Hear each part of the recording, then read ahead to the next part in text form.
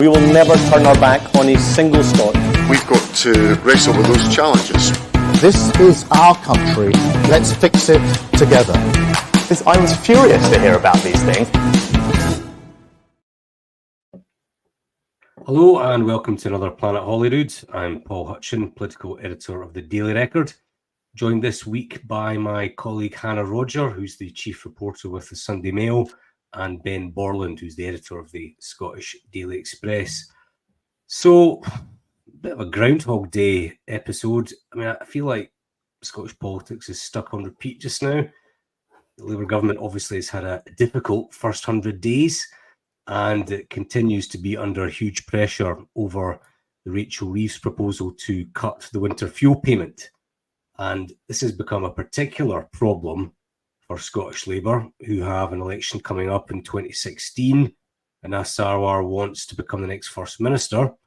And as you can imagine, the SNP turned the screw on Sarwar this week by forcing a vote on the winter fuel payment cut, and in the process exposing internal Labour tensions. We had two Labour MSPs, Richard Leonard and Alex Rowley, breaking the whip, and another bunch of Labour MSPs were allowed to not take part, and I think maybe go off on an early Christmas shopping spree.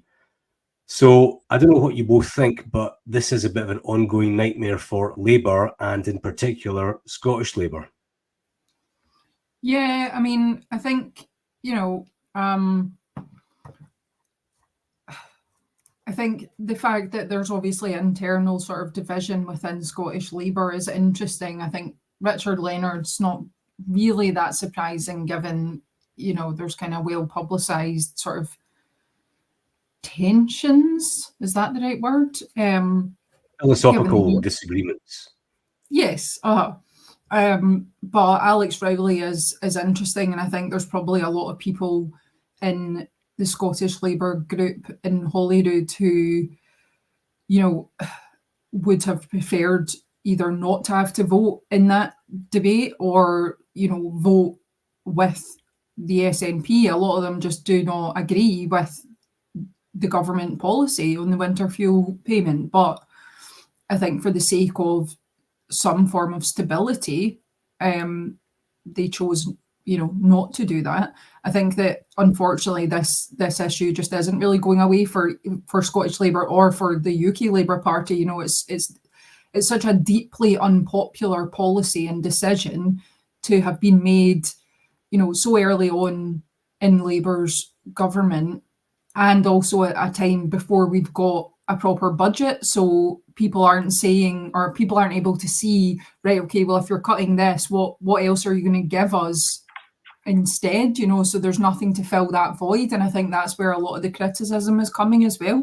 And also the fact it doesn't help that, energy price cap has gone up.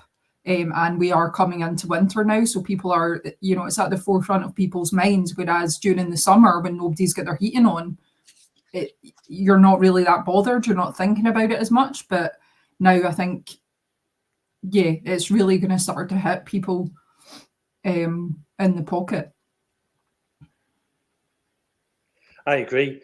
I would go as far as to say this decision is going to end up being as bad for Labour as the student fees in England were for the Lib Dems back in 2010. There are similarities, I think. It was an early decision taken by a new government. A lot of the ministers had never been in ministerial positions before. They didn't really have that nous of what actually taking decisions as a government meant, and how the implications can just spiral out of control. That Labour, they were all very green. They've come in, they've made this terrible decision, and it's going to have seismic political implications, just like the student fees did for the Lib Dems. I mean, it took the Lib Dems years to recover. At this stage, it looks to me as though Scottish Labour have lost the 2026 Holyrood election on this issue alone. I think it's going to be absolutely catastrophic for Sarwar. I don't see how he recovers from it unless they can reverse this decision. And reversing it would be so damaging in terms of, while it would be the right thing to do, it would be so damaging in terms of Labour's political authority. How could we ever trust them again? I mean, luckily for David Cameron and the Tories, when the student fees came in, it rebounded on the Lib Dems, and that was mainly because the Lib Dems obviously had made promises on this, and there wasn't really any backlash against the Tories, and they obviously went on to win a majority. I think Labour. I think I made this point a few weeks ago. I cannot, for the life of me, think of an equally bad decision made in the early days of a government that will ultimately probably cost Labour the Holyrood election, probably cost Keir Starmer a second term of office. It's just catastrophic. And I mean, a related problem for Scottish Labour, Ben, is that because so many of their new MPs in Scotland were also councillors, they've triggered by-elections across the country in Glasgow, North Lan. You saw a couple in Dundee, although those weren't related to Westminster elections. And I spoke to a councillor this morning who said that it's the number one issue on the doorsteps. So most issues that we write about and cover at Holyrood do not have cut through. This one definitely does. And the senior people I've spoken to in Labour at Holyrood, they know this. They know that it's not going to get better. And, if you think about, I've made this point before, December, January, when it's getting really cold and old folk on low incomes are too scared to put on their heating, they're ended up in hospital, they're dying in their own homes. I mean, I just think surely at some point between now and then, the government is either going to have to just scrap this policy or make the means test more generous to draw millions and more elderly folk into it. Yeah. I mean, I think as well, the thing that has sort of angered and shocked so many people is the juxtaposition between Labour before they won the election, and it was this big, on this sort of campaign of change and things are going to get better, and the Tories have totally screwed everyone and messed everything up, and we're going to sort it all out. And then this is like the first main thing that they've done, and I feel like people are more surprised that it's come from a Labour government rather than a Tory government. And I don't know if that's just, I don't know if that is fair to say, but I think I would have been less surprised if it was the Tories enacting this kind of policy than Labour. There are very good reasons for the policy. Paying millionaires to switch on the heating is, if you remove the politics from it, it's not right. But this goes back to the age-old problem that no one's really come up with a better method than universal benefits for making sure that everybody gets them. Because if you means test them, people miss out. I mean, look how many people miss out on pension credit. So the new qualifying factor for winter fuel payments is pension credit. And I think I read 700,000, I can't remember the exact figures, hundreds of thousands of people don't get the pension credit they're entitled to. So that's the problem with means testing. I just wondered if I'd put something to you guys. What do you think about the SNP's role in this? It seems to me that they're playing quite a clever political game, whereas the Scottish government were due to take control of winter fuel payments in Scotland. Shona Robison admitted this week that she could find the money to keep them in Scotland.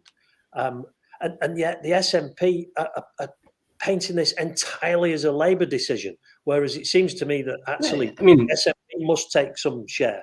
Well, I think that on the Scottish government angle to it, if you're them and you're looking for a lifeline, would you not just want every opportunity to blame Labour for this?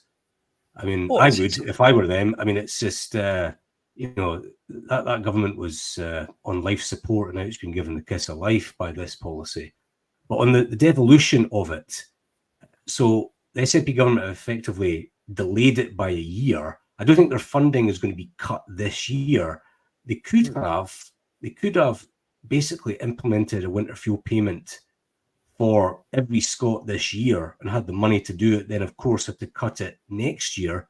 So they could have contrasted their own largesse, so to speak, with the horrors of what would happen in England and Wales. But I think maybe they see the political benefit of kicking it down the road and just letting Scottish Labour in particular carry the can for what is going to be just a brutal round of headlines between now and the spring. Is that not even more cynical, though? I think politics cynical? I mean, surely not. The Scottish Government could pay this to Scottish pensioners, but they're choosing not to in order to score points against Labour. Yeah, I mean, I suppose, sorry, I suppose part of it is definitely like political point scoring and making political decisions rather than decisions that are, you know, of benefit to your citizens. But at the same time, the Scottish Government have been pretty clear recently that they have no money. So if they were to mitigate the winter fuel payment withdrawal, then what else would they have to cut that money from? You know? Yeah, it is a tough one. And I think, Paul, you're right in terms of there's just going to be like horrific headlines basically for the next 6 months. And it's just a really dreadful way to start, you know, your sort of reign in government. And I'm not entirely convinced, Ben, by your argument that, you know, this is going to be the downfall of Labour at the Holyrood elections, but it's certainly not going to help.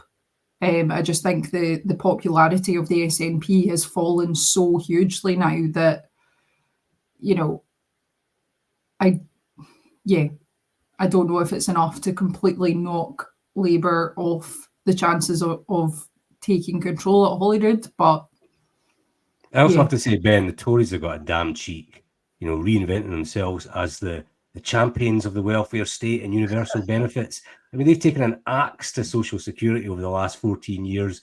Working age people have been hammered with a series of cruel policies. And now, after driving the car into the ditch, they want to be the guys that get praised for defending universal payment. I mean, it's just the most sickening, grotesque hypocrisy I've ever seen. Yeah, I mean, this is the party that brought in the rape clause, you know, 2-child cap, the bedroom tax. So I don't think the Tories can really say anything about, you know, their support of people on benefits. Well, but obviously the public money isn't, you know, it's not a bottomless pot of money.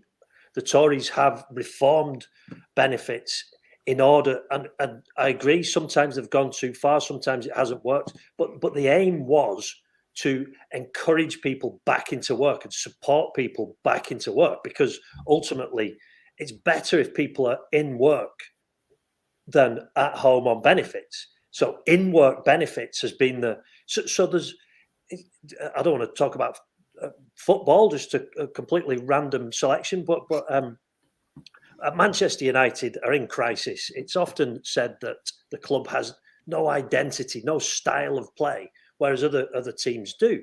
This is the comparison is the Tories were trying to do something. They had a reason for reforming benefits, and that was to try and get people back into work. Labour have just come in and done this for no apparent reason.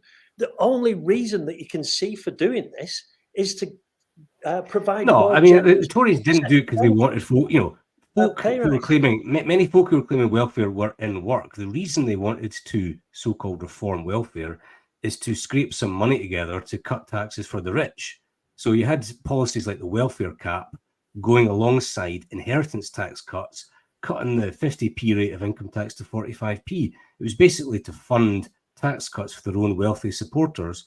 At the same time, they kept pensioner benefits untouched.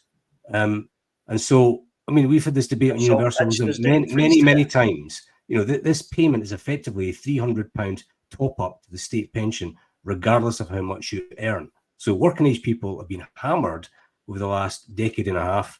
Older folk, and I've got enormous sympathy for people in 12, 13, 14, 15 grand, But, folk on 40, 50 grand, retired, paid off their mortgage, they don't need a winter fuel payment. And they've been protected for the last 15 years at the expense of people who need social security payments to top up the low wages that come about through donors to the Tory party. But then, again, just to say, what is Labour's mission here? Is it to... I just don't understand what they're trying to do with this. Aside from saving money, what does it actually achieve? Well, the whole point is to save money. That's the point of it. It's not like they're not like deliberately saying, "Oh, we want pensioners to freeze to death." Like the whole point is to save money.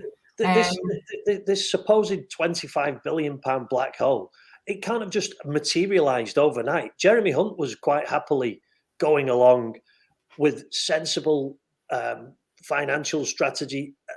And it seems to me as though Labour have come in with this ham-fisted attempt to say, oh, the Tories have left us in this terrible state, but we're going to take tough action. And then in a couple of years, we'll be able to deliver some of the, the new benefits. And that's because we did.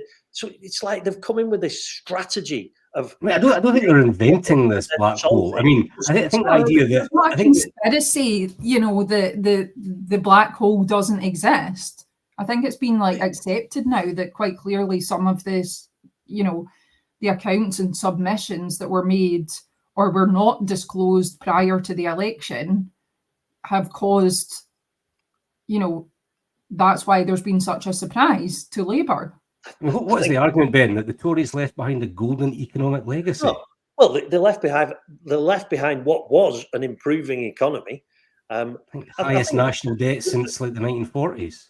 The strategy from Labour seems to be take the money from pensioners and give a 22% pay rise to junior doctors. And it seems like A happens, then B happens. I don't think it's as simplistic as that. It's not the pensioners paying for the junior doctors' pay rise. Well, it's maybe a good job the junior doctors have got a pay rise because they're going to be so busy this winter treating pensioners with hypothermia that... You could look at it the other way though, Ben. I mean, workers are having to pay for this triple pension lock enjoyed by pensioners year on year after year. Pensioners deserve this. Pensioners have worked their whole lives put into the system. No, hold on. That's, pensioners work, and the things that they receive in return are paid for by this generation of taxpayers. So when my dad was a worker, he was paying for the pensioners of his generation. Everything pensioners receive is paid for by this generation of taxpayers, and it's a political decision to make. So there was no contract that they would get a winter fuel payment or a pension triple lock. That is a decision of the government. It's not, it's not like you pay and you get something back in return. That's just the wrong way of looking at it. But then, if you've paid for the previous generation, when you then hit pension age, you expect the generation after you to look after you as well, because that's how it works. It rolls on. And but the nature of that something is a political decision of the government of the day. So it's not like. You've got a contract where you're going to get all these things. But no, I tell you, I just think we've had a Tory government. They've made some decisions that were not so good. They've made many that were good. It's a bit rich for Labour to then point the finger back for this is their mistake. This is the. Whatever the truth about the public accounts, they could have delayed. They could have kept this going and taken a more considered approach. And perhaps someone who, I imagine the reshuffle last week. I imagine Morgan McSweeney probably wouldn't have come in as chief of staff and allowed Keir Starmer and Rachel Reeves to do this. I'm told that he's very switched on politically, which perhaps Sue Gray wasn't, too busy counting her pennies herself. Somebody in number 10 should have said, this is a calamity. Do not do it. And I do accept the timing of Labour announcing this. Why not do it in the budget where different groups are having to make sacrifices. Maybe Well, there could be that's something else in the budget for pensioners, but to have this in isolation, and well, that's you're what I getting was saying. It just there's nothing, you know, they've just announced this huge negative thing. And then, you know, alongside that, there was all these other negative things. I mean, it was just complete doom and gloom from Labour for, you know, the last 3 months, saying, oh, the NHS is broken, pensioners, you can all freeze. What else was it? There was a series of very negative, you know, things that were coming out from Labour, nothing positive at all. And I think, you know, just on what you're saying about the budget, Paul, I think that if it had been announced during the budget, where, as you say, you know, there's a range of different demographic groups who would have to make sacrifices, or, you know, okay, pensioners are getting this taken away, but they're getting something else in exchange. But it's just the fact it's just this one-off, very negative thing with nothing else to offset it. And I think, you know, on one hand, yes, it was always going to be an unpopular decision, but who the hell advised them just to announce that as a standalone thing and not think that it would have these repercussions? I remember it was like questions about that as well, and you know, back to again what we were saying at the very beginning, it's left Scottish Labour in a really, really awful position. So moving on slightly, I think Keir Starmer is expected in Scotland tomorrow. One of the things that he's creating is a council of nations and regions to bring together all the devolved parliaments, assemblies and mayors in order to sort of strengthen their bonds. Nah, I'm not massively, I mean, if there was some huge constitutional reform program like an elected House of Lords or more powers for these assemblies, parliaments and mayoralties, then there might be a need for this post. But I mean, what's it for and what's it going to do? I just it's not going to do anything, literally nothing. It's going to be a big, you know, talking shop where they all have fancy lunches and teas and coffees and little scones and stuff, and they all say how great devolution is and how they're all doing so well working, you know, together. And it's basically for them to say, oh look, we all work great together, and actually like nothing changes. It's a complete waste of time, complete waste of money. We don't need any more like talking shops. I think there's plenty of those already. And also just set up a WhatsApp group. They can chat about how great devolution is. Are you almost saying it's like a cynical photo op?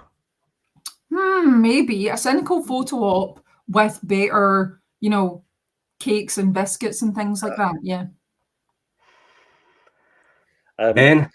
Yeah, I agreed, really. I mean, Sue Gray's obviously going to be running it. She's not got the greatest track record on devolution. It's been reported this week. In fact, it's been revealed previously, but Kemi Badenoch said this week that she attempted to stop Alistair Jack blocking the GRR bill and said it would be difficult. Obviously, blocking the GRR bill was one of the best political moves made by Mr. Jack, who made many excellent moves. She'd previously been in the Northern Ireland office. I think the Northern Ireland situation, the fact that there was no government in Stormont for so long and Northern Ireland ran itself perfectly happily without, is one of the biggest arguments against devolution. It just shows that you don't need this middle layer of government. You've got councils to fix the pavements and collect the bins and employ the teachers. You've got UK government to run the UK and defence and foreign affairs. The devolved layer of government, really, you know, would anyone miss it? What a load of bollocks. I mean, we got a parliament through a referendum. You know, it's the will of the Scottish people. People of Wales voted for their parliament. Same in Northern Ireland through the Good Friday Agreement. I think probably the same for all the mayors. Nobody missed it in Northern Ireland. All these different tiers of government. Quite happily with no government for nearly 2 years. And then they voted for devolution through Stormont. So it's not like these things were imposed. There were referendums, and each of the different bits of the UK gave their consent. And, you know, although not every decision of the Scottish Parliament has been great in recent years. There's been an awful lot of good done by the Scottish Parliament over 25 years. And I look at Westminster, and frankly, some of the decisions made over the last 15 have been bloody terrible. So I think the idea of getting rid of our Parliament, getting rid of the Welsh Assembly, getting rid of Stormont would be a terrible idea. Frankly, awful. I think if you look at, I know that not everyone is as sad as me, but I quite like reading the sort of, House of Commons library kind of briefing documents and things like that. And, if you go back and read some of their sort of papers on pre-devolution, how the Scotland office worked in Westminster, and there's just some things that you're like, I just can't believe that it operated like this, and it was just not really seen as like a serious department a lot of the time. And when you look at stuff like that, you think, well, obviously devolution's a good thing, and I think it's great that we've got our own parliament. And as Paul says, yes, some of the decisions being made have not been great, but it's the same with all governments everywhere. They make some bad decisions and some good decisions. I would argue that the SNP government in the last, say, 10 years have made some absolutely honking decisions and wasted a lot of money. But I'm still glad that we've got our own parliament. I think personally, and just my view on it is that, we've got devolution, we've got the parliament. If it just did the things it was supposed to do, that might be okay. Yeah, but no government does the things that it's supposed to do. That's all governments muck up. Yeah, we wouldn't have anything to write about if it all just did everything perfectly. No, I don't mean. I just mean stick to running schools, fixing the roads, running the NHS, and stop there. I agree with that. Actually, doing the pandemic, this four nations approach, it used to drive me insane. The UK is the UK. The United Kingdom is the state. That's the country. And public health is devolved. This is just falling into this trap again of pretending that we're some sort of mini European Union, and there's Scotland and there's Wales and there's that was Manchester. Boris Johnson's line. That was Boris Johnson's line about devolution. I think the thing with the thing with COVID, I do agree that there should have been a more collaborative approach in the four nations, etc. But the thing that really annoyed me about COVID was this idea that it spreads differently somehow in Scotland if you're standing up holding a drink than if you're in England standing up holding a drink after 6 p.m. or if you've got a Scotch egg or whatever. I was just like, we're not a huge country. Of course, there should have been greater cooperation amongst the different nations. But I think the idea that if Boris Johnson had full control of the pandemic response in Scotland as well, that we would be better off, I think is for the birds. I think no worse off is what he's argued. Well, I don't know. But Ben, I just need to say I agree with you in terms of, I know that we were kind of taking the piss a bit about governments not getting everything perfect and whatnot. But I think you're right in the sense that at least I feel, and certainly plenty of people I've spoken to is the Scottish government in recent times are now failing to get the basic things right. So education, healthcare, roads, basic things rather than adding any extras like, these great kind of infrastructure projects, etc. Like if they just did the basic things and you could get a decent service from our public sector, I think a lot would be forgiven, but it just isn't there. I also think there's a sort of fairness aspect to it. And so for example, in Scotland, we can't buy multi-buy deals on alcohol. And obviously we've got the minimum unit price, so we have to pay more for alcohol than people in England.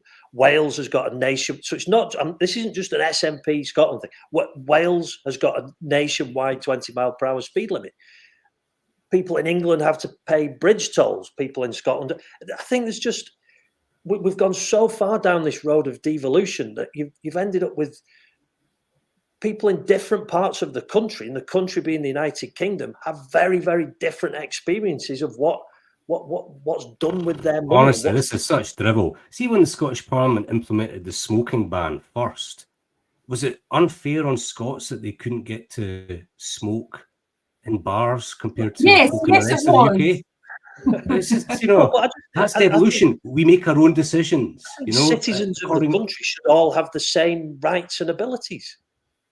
And the country is the that is an argument against no parliament at all, and that was comprehensively rejected back in 1997. So if you want to wind the clock back, fair enough, but it's a pretty pointless exercise. If health has devolved, then we're going to respond to the pandemic. We're going to push through our own smoking ban, and that's it. Do you think if you don't like it, you vote against? I know you don't like it. No, I suppose the opportunity. Do you think this is just exactly what this Nations and Regions Council is going to be like? You know, I just think it's basically, as you say, it's so they can sign off a press release at the end of the day saying we're committed to working together, and then they'll just get on with what they're doing just now. Yeah. I mean, if there's going to be some rabbit at the hat, fair enough, but I'm not convinced. I think they need some bigger project, like an elected Lords, which would have representation in all the different parties and assemblies. But you're right, it's not going to happen. Gordon Brown's big plan. I thought that was in Labour's manifesto. Seems to be shelved. I mean, it doesn't seem to be coming to fruition anytime soon. But I think we're running out of time. But just one final subject. I mean, this is another black cloud. The most important subject. Yes, over the SNP. Just talk us through the Operation Branchform Sunday Mail splash, Hannah, and why it's important. Well, so basically it's I'm not going to take any credit. It's my colleague John Ferguson who's been very, very good on this subject really since the beginning. So he had another exclusive on Sunday in Sunday Mail, and basically it was kind of revealing that not only it's kind of widening out the Branchform investigation and kind of giving us a bit more information about what exactly the police are looking at there, which, you know, for any other journalist who's trying to report on this story, and really anyone in the public will know, it's quite hard to get information about what exactly is going on. It seems to have dragged on for a very long time, and there's long periods where we don't hear anything. So I think it's a really welcome sort of development that actually my colleague has managed to provide the public with some form of update.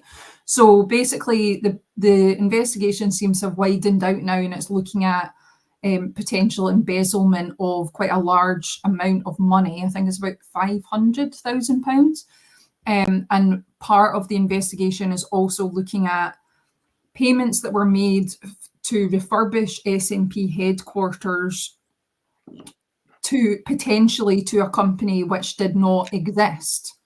So that's all kind of part of the now part of the sort of Branchform investigation. And then also there was some other interesting lines about the fact that, you know, the bank apparently flagged some transactions from SNP accounts, you know, years ago, like before obviously the investigation launched and things like that. So again, it's just piecing together more and more information. And, you know, I think we're going to have to wait for quite some time before the full thing is able to be laid out for everyone to read. But until then, you know, we're kind of left with trying to kind of get little bits here and there. So this is the sort of latest morsel. The closer we get to Holyrood's 2026, the more nervous people in the SNP will get, because they want it resolved as quickly as possible. They don't want this erupting before a Holyrood election, particularly when, I wouldn't say they've got momentum over the last 6 weeks, but Labour are certainly in freefall in the polls. Yeah, I mean, definitely. I think, you know, what you were saying, Ben, about the winter fuel payments and things, I do think that'll have a huge impact. But at the same time, we can't underestimate the impact this Branchform stuff could potentially have on the SNP. And the longer the investigation goes on, the closer it gets to election. But I mean, it has been going on for quite some time now.